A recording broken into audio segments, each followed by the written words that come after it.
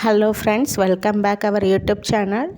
நம்ம யூடியூப் சேனலில் போடுற வீடியோ உங்களுக்கு யூஸ்ஃபுல்லாக இருந்தால் சப்ஸ்கிரைப் பண்ணுங்கள், லைக் பண்ணுங்கள், ஷேர் பண்ணுங்கள், கமெண்ட் பண்ணுங்கள் ஃப்ரெண்ட்ஸ். இப்போ இன்றைக்கி டாபிக் என்னென்னு பார்த்திங்கன்னா, நேற்று வந்து ஈஸி டு ஃபாஸ்ட் ப்ரெக்னென்சியில் வந்து நான் வந்து வெந்தய டீ அண்ட் வெந்தய வாட்டரை பற்றி ஷேர் பண்ணியிருப்பேன். அது யார் யாரெல்லாம் எடுத்துக்கலாம் அப்படிங்கிறது வந்து நான் அதில் சொல்லியிருக்க மாட்டேன். ஆனால் மோஸ்ட்லி வந்து எல்லாருமே அது வந்து எடுத்துக்கலாம். பிசிஓடி, பிசிஓஎஸ், தைராய்டு எந்த பிரச்சனை இருந்தாலும் எடுத்துக்கலாம். யார் எடுக்கக்கூடாதுன்னு பார்த்திங்கன்னா, ப்ரோலாக்டின் ஹார்மோன் வந்து அதிகமாக இருக்கிறவங்க வெந்தய டீயும் வெந்தய வாட்டரும் எடுக்கக்கூடாது. ஏன்னு கேட்டிங்கன்னா, ஏற்கனவே உங்களுக்கு வந்து ப்ரோலாக்டின் ஹார்மோன் வந்து அதிகமாக இருக்கும். இன்னும் நீங்கள் வெந்தய டீ வெந்தய வாட்டர் எடுக்கும்போது உங்களுக்கு அந்த ஹார்மோன் வந்து அதிகமாக தான் செய்யுமே தவிர கம்மி ஆகாது.